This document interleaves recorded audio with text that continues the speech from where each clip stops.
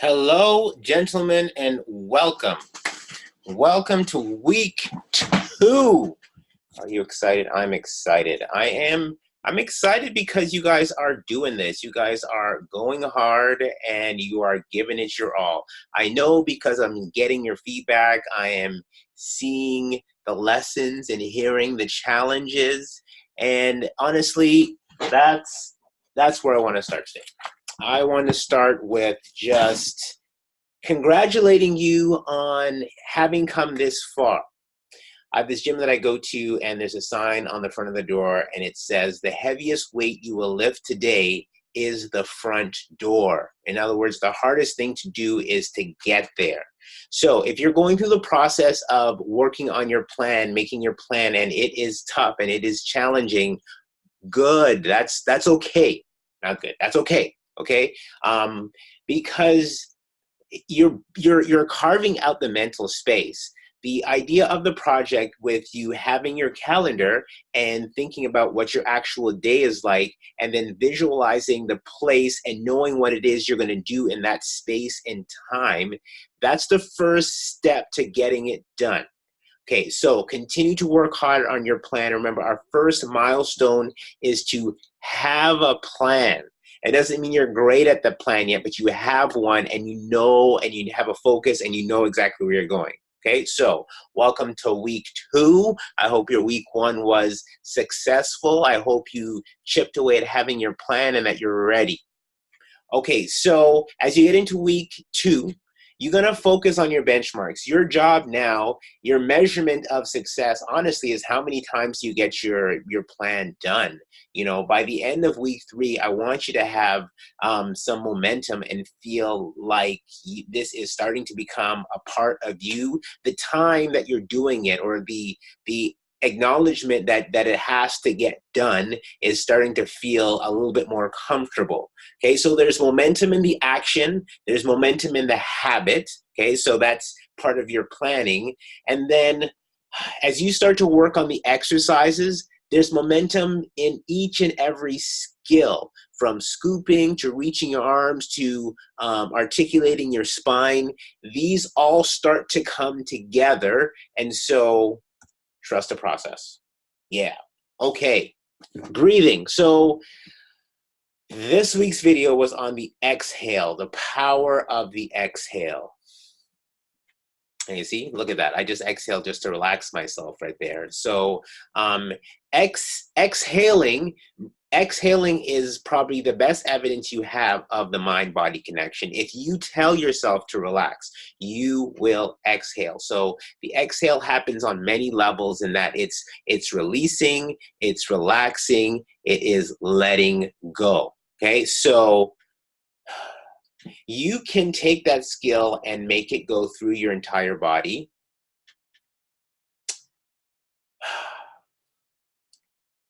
You want to learn to stretch your exhale. Okay, so let's stay on the physical level here.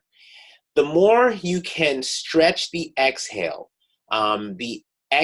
being the relaxation of the diaphragm, that's what it is, then the more you will allow the muscles throughout the entire body to relax and let go. So let's just deal with science. That's a fact that, you know, as the diaphragm relaxes, it lets go of its hold on everything that's spread out around you. So learning how to exhale is an important way to relax any part of your body, from fingers to toes to neck to back to eyelids. Anything can relax on an exhale. So that's why we have to get good at it, because as you practice your stretches, as you practice your Pilates, as you try to increase your mobility and range, you're going to hit sticking points. You're going to hit these places where, oh, it hurts, or oh, it's stuck.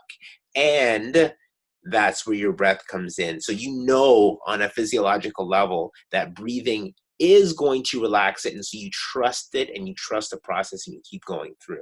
Okay, so exhale. The big lesson for this week was learning how to really contract. I'll save talking about that for the video, so I'll bring that up again next week in the breathing video again, so for a demo of that. But the importance of exhaling is truly something you cannot forget.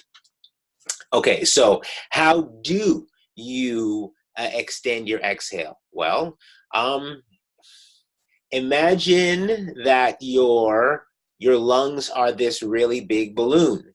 Now, you know what a balloon is like. You blow up the balloon, and then there's the mouth of the balloon, and it has a certain diameter. And the bigger that diameter is, the faster the air is going to leave. It's literally that simple. So, if you wanted to slow the air coming out of that balloon, slow, not stop, you would pull the slits and tighten them. You could twist it, but I don't want you twisting your neck. I want you to pull the slits, okay? And then by closing that little slit, the air would come out slower. So your throat works the same way. Okay, so stop where you are and swallow. Yes, those muscles in your throat are part of what govern your larynx, your vocal cords, your swallowing, and so you're going to learn how to use them. So now that you know what it feels like and what's in there, as you're exhaling, you're going to slowly close the air hole and let the air out slower. And you'll know that you're getting good at it because you'll hear it and you'll feel it differently on the inside. So it'll sound like this.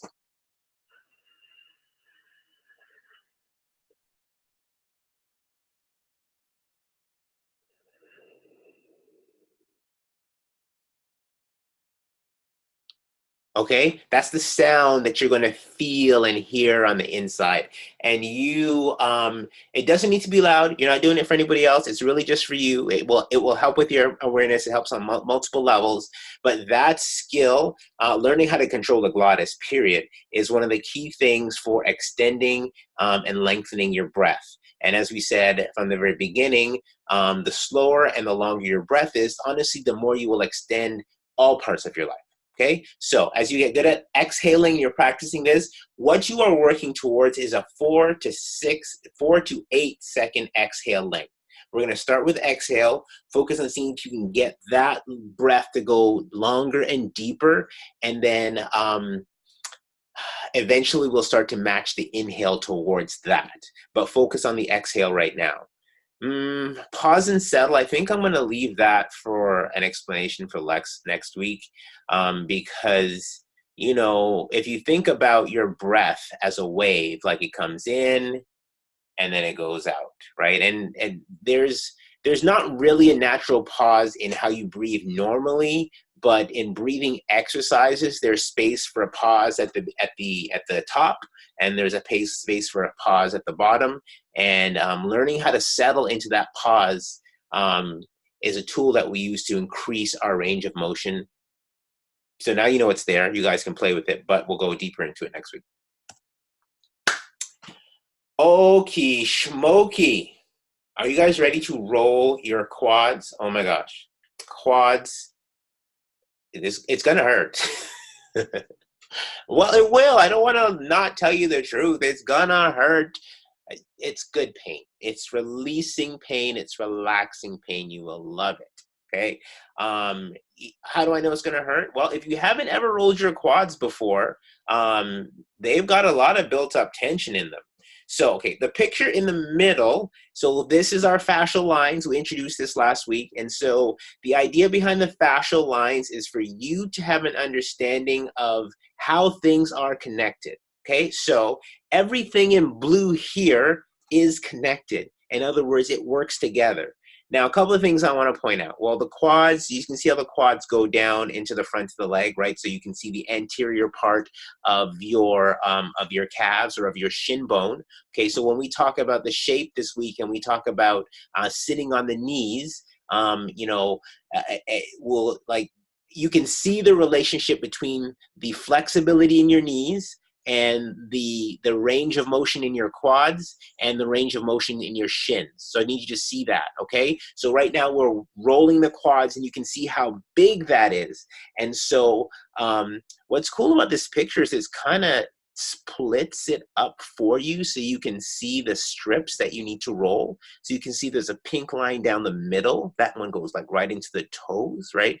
That's your center line of the strips that you're going to roll. And then you can see one to the outside. Now, it's not on the side, it's the outside edge, front edge of the quadricep. It's like that teardrop one that goes down the outside. And then you got the inside line. And again, that's not the lateral line, but it's the inside front edge of the quad. So those are strips that you're going to focus on rolling. So I want you to notice that as the quads, the muscles, the action or the line crosses the knees, and it also crosses the hip. But you'll see that you can see your pelvis, and it's almost like you don't see the connection. Notice that in that line? So that's what's missing in this picture are the hip flexors in the blue line. Okay, if you look to the picture on the right, okay, so on the left, blue, is what we call the superficial front line. So these are the muscles that you see. These are the muscles that models pose with. Those are the big, sexy muscles all the time, okay? On the right side is the deep front line. So you can see, look, how that's the inner side of the leg. So think about when I ask you guys to wrap your legs together, how hard it is to keep your thighs together, okay? Think about when I ask you to scoop, how when you pull your belly button in, you feel muscles along the front inside line of your pelvis activate, okay? And notice how those muscles run as a line under your ribs, okay? And that's under your lungs, right up your sternum, right up the inside line of your neck, right to the back of your head. Yes. So all of that is connected. And when you scoop, you are working all of those. So as you get good at feeling and controlling that deep front line with your scoop, that is what's going to help give you the range of motion and length in your legs. Okay, so this is a really, really important connection for you guys to make. Okay, so again, I'm going to flip to the left diagram, and you see the six-pack. Yes, I know you see it. I know you want it. Good, want it. We ain't working that in this. I do not want you to use your six-pack at all. Absolutely not. It has no place in Pilates. Okay, you are going to use your deep front line. Now, as you use your deep front line, the superficial line is going to go on. It has no choice. Remember, they're aligned and the muscles are layers. So if you learn to pull the deep layer, you'll learn the superficial layer will follow. And when those layers speak to each other, that is when you get this really fantastic, well, that's when the magic starts to happen. That's when the pain starts to leave. That's when you start to feel like, oh my gosh, my body's different. Oh my gosh, my posture is different. Oh my gosh, everything starts to change. Okay, so that's what we're working on. And so that's what these visuals are about. And I'll keep bringing these in because as you guys go through and play with the exercises and you start to find your sticking points and feel what is tight and what is stiff, I want you to have a visualization of what's happening on the inside so that you can work to change it. Okay, this has been a lot of chatting on this one. I think we're doing pretty good though. So I've said you got to make sure to cut it into 3 strips. You know, you're going to roll the length of each strip. Breathing, exhaling. You know, we talked about how important the exhale is for length. And you'll need your exhale to work on your quads. Okay, so you guys have any questions about anything? Please, on your Friday feedback survey, add that in so I can fill in the gaps for you guys. That's what this is about, filling in the gaps. Okay, stretching shapes. Sitting on your knees. So, picture number 1, that is probably where most of you guys are going to be, you know, unless you did martial arts or something when you were younger, unless you spent some time in this position. That sitting on your knees position is really, really tough, especially if you have any athletic background, because your quadriceps do so much of the deceleration. Like their job is to help you land softly or help you plant your foot so you can change direction. So they are so used to carrying all of your body weight, right? And so, yeah, if you haven't practiced this position, knowing how to prop yourself up so you can sit there and work your way down. So in picture number 1, she is sitting on a yoga block and she has a yoga mat rolled and it's pressed into the back of your knees. And honestly, I'm going to suggest you guys try that one. You know, we're going to talk about how closing the knee joint is, well, closing the knee joint is important because the stuff in the knee doesn't get a lot of blood flow. Like if you look at your knee and your elbows, you'll notice that there's not a lot of tissue. So not a lot of tissue means not a lot of veins, right? And not a lot of veins means not a lot of oxygen. So your knees, your elbows, these not a lot of meat covered joints get their oxygen when they get fully compressed, because you fully compress and then old fluid leaves and new fluid has to come in, and new fluid has the new oxygen. So working on this shape, knowing how to deep squat fully into your knees is so important for health. I could talk to you guys about how this position is fundamental for digestion. Okay. Anyway, so number one, prop, you guys got to learn how to use that. That's a good way for you to hold that position if it's hard for you while you practice your breathing. I do want you, you know, there's different positions you can sit to practice the breathing. Like you can sit in a chair, you can sit cross-legged, or you can sit on your knees. Of those, you know, I'm not going to say which one's harder. I think it really depends on the body. In general, I think most people will find sitting on the knees the hardest one to hold. But crossing your legs is not easy either. Like to do, like, okay, so notice in picture one, the key thing to having a nice tall posture while you are sitting is to have your hip crease, the front of your pelvis, higher than your knees, right? When it's like that, it gives more space for your quadriceps and for your hip flexors. So that's why the propping of the hips up makes this position more doable. And to improve any position, you've got to spend time in the position and work your breathing reps. Okay, so the pictures along the bottom are my explanation, definition, justification for you guys seeing why sitting on your knees is so important. So question number two, picture number two, you can see somebody this is an assisted deep squat stretch, okay? And so they're holding on to an apparatus because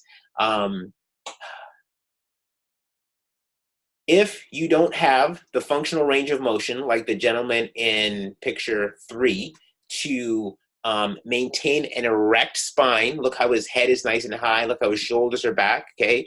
Notice how his knees are outside of his armpits, okay? Notice that, okay? Like if you don't have that strength, which is something we're working towards, you will need to do something like picture two, which is to hold onto an apparatus so you can lean back into your hips, okay? Picture number four is we call this the gorilla stretch. And gentlemen like picture number three are the ones who probably would have originated this stretch, because it's a good way to kind of work between the hamstrings, the low back, and the quadriceps in a stretch, preparing yourself for a squat.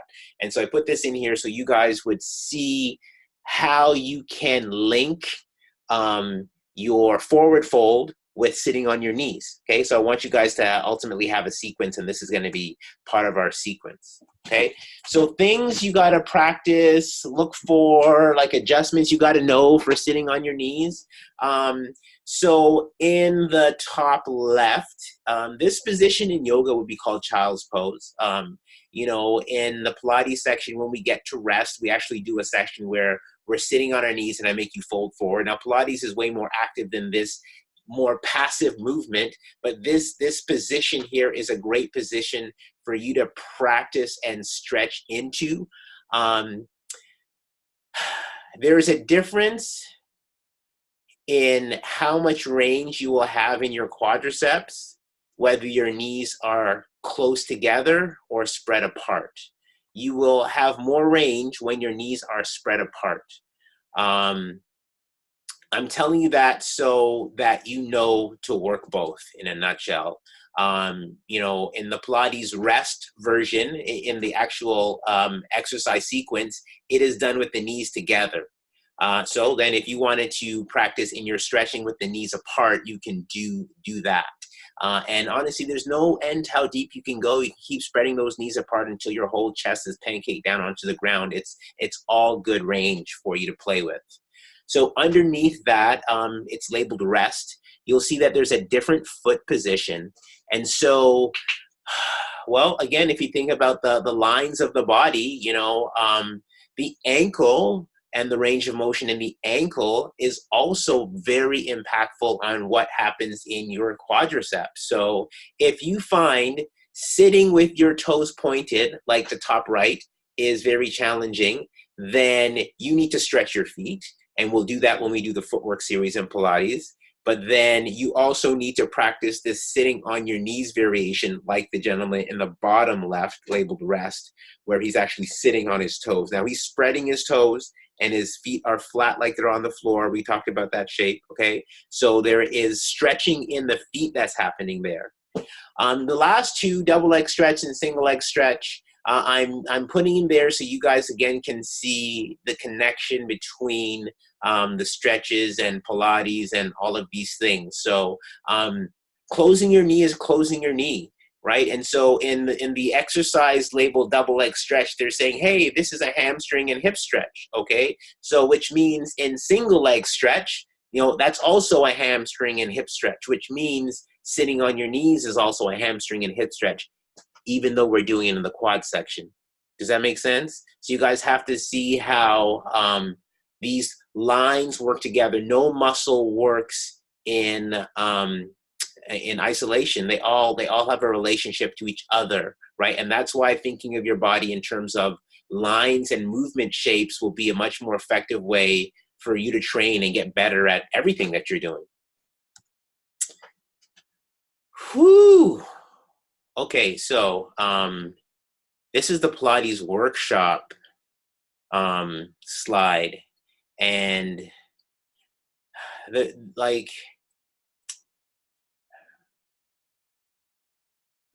so okay, what I like about this slide is that, again, this is the deep front line.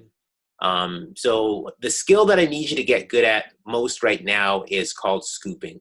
And so scooping is an action. It's not a muscle, right? So when I tell you to pull your belly button in and up, if you do that right now, you'll start to feel the muscles around the back of your hips and the back of your waist start to go on, okay?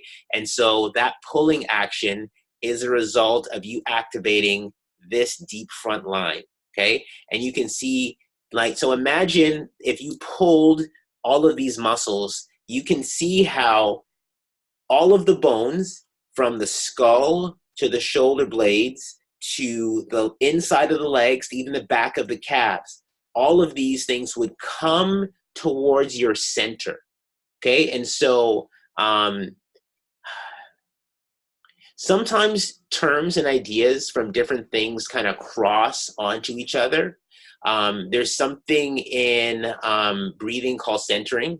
In Pilates, there's a topic called centering, where the scooping is centering, okay? And then there's in the anatomy trains work, there's something called the center line, okay?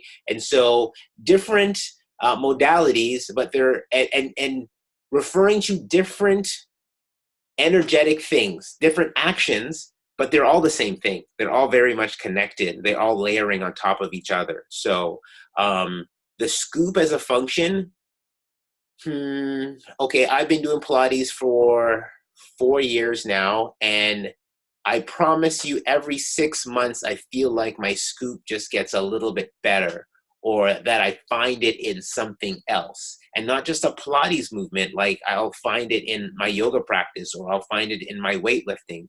A lot, I do find it differently in my Pilates. So that deep frontline scoop, there's an exercise you guys do called corkscrew.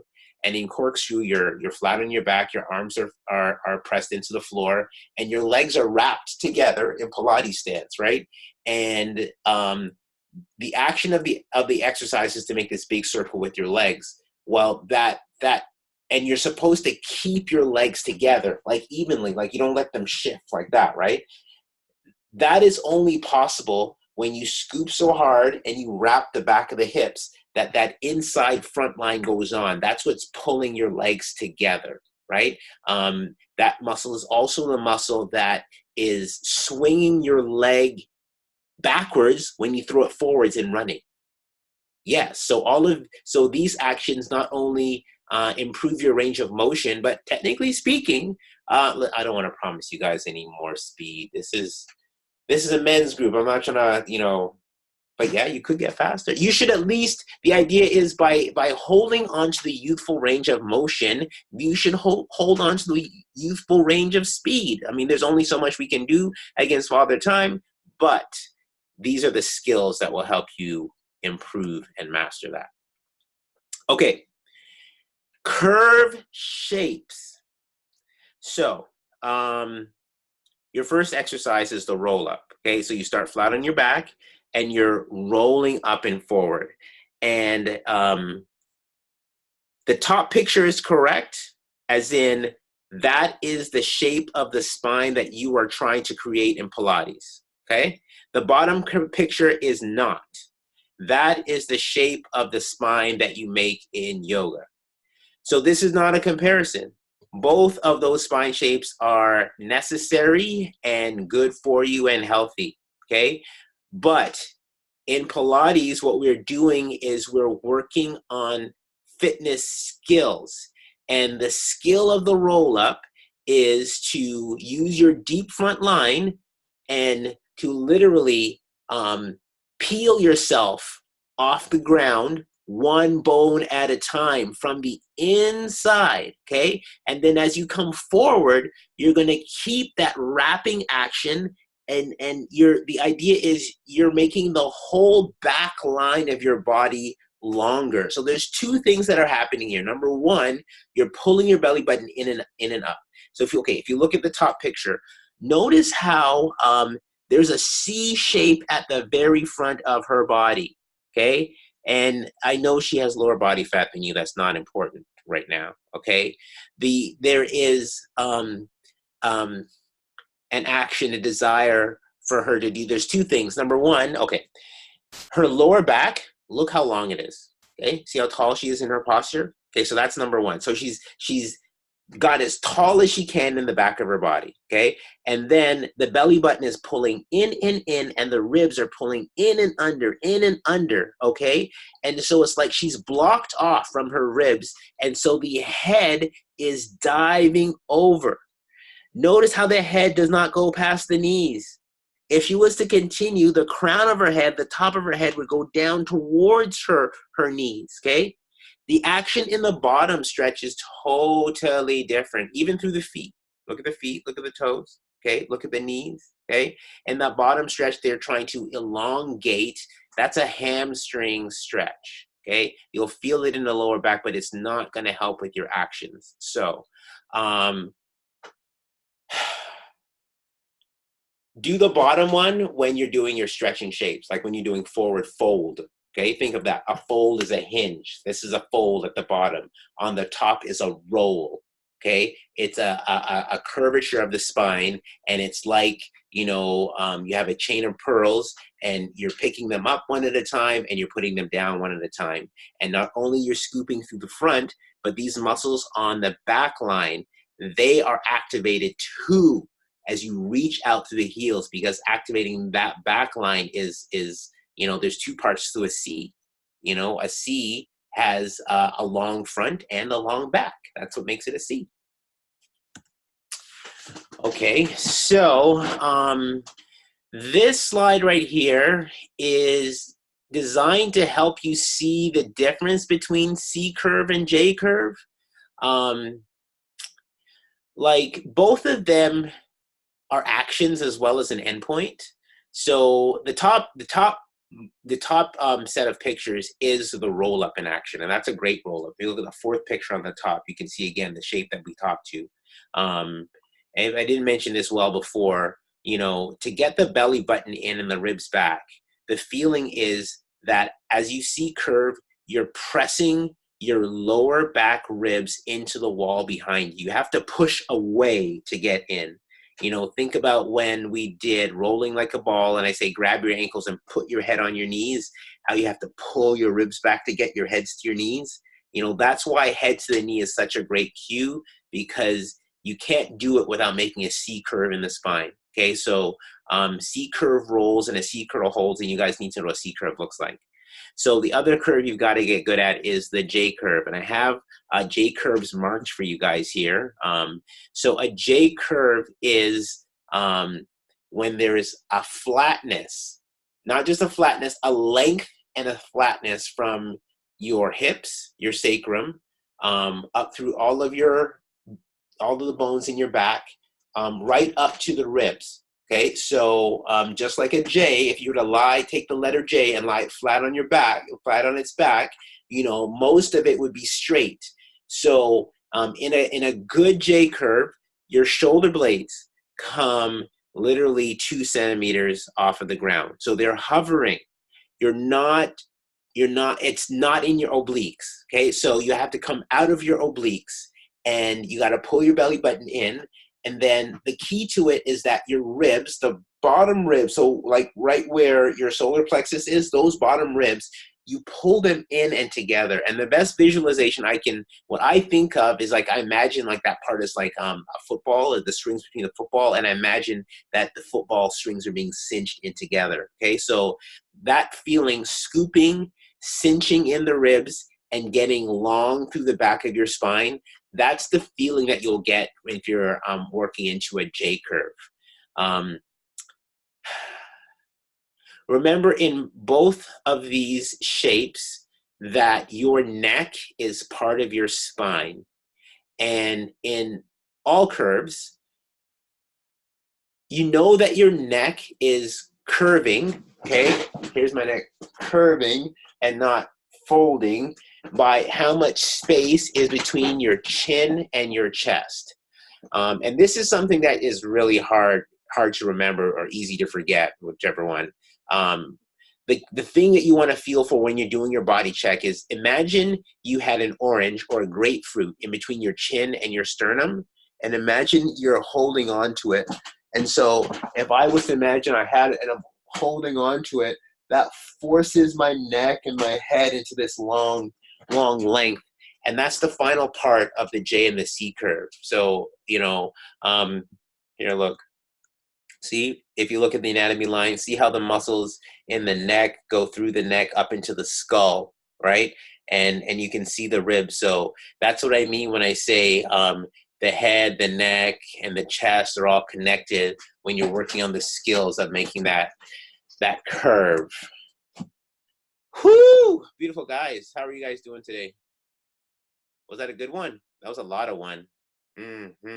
Okay, so that's week 2. You know what to do. Get on with it. Keep working on it.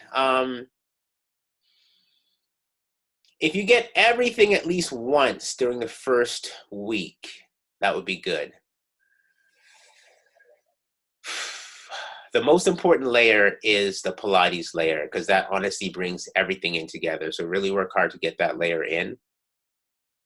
Sometimes it helps to spread things out. So I've been thinking about that and watching how I do it in daily life. And I tend to do stuff like put my breathing and my Pilates together, or stretching and rolling together, right? So you can stack them in different ways. They don't always have to stack together. You know, consistency is one of the most important things. Frequency is a good way to add to consistency. There's something you guys will learn about later called micro workouts. This means you're always kind of doing something to keep the muscles in memory. I'm saying that because 15 minutes in the morning and 15 minutes at night, especially when you're doing that on a regular basis, can have a tremendous impact on your growth. Or, you know, let's say you did your session in the day and you have time and you're with your spouse, kids, time alone, and you can get on the roller, get on the roller. You can do shapes while you're watching TV, reading a book, do shapes while you're watching TV, reading a book. The idea is the more often you bring these shapes into your life, the more they become a skill set for you, and you never, ever lose them. And that's what we want. Mm, mm, mm. All right, beautiful ones. Until next week, be unconventional.